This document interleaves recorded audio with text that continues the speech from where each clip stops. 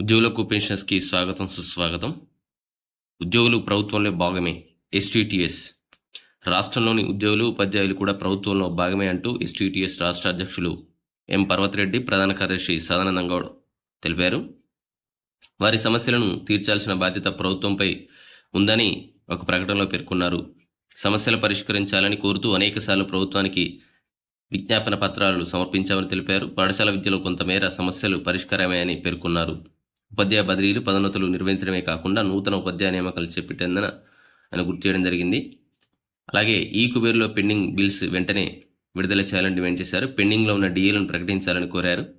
ఎన్నికల మేనిఫెస్టోలో ఇచ్చిన హామీలను అమలు చేయాలని కోరారు. పీఆర్సీ నివేదికను వెంటనే ప్రభుత్వానికి సమర్పించి 51% ఫిట్మెంట్ ప్రకటించాలని, ఉద్యోగుల ఆరోగ్య పథకం ఏచెస్ను సమర్థవంతంగా అమలు చేయాలని కోరడం జరిగింది. ఉద్యోగుల పట్ల ముఖ్యమంత్రి రేవంత్ రెడ్డి వ్యాఖ్యలు గర్హనీయమని పీఆర్టీయూ తెలంగాణ అధ్యక్షులు ఎం. చెన్నయ్య గారు, ప్రధాన కార్యదర్శి అబ్దుల్లా విమర్శించారు.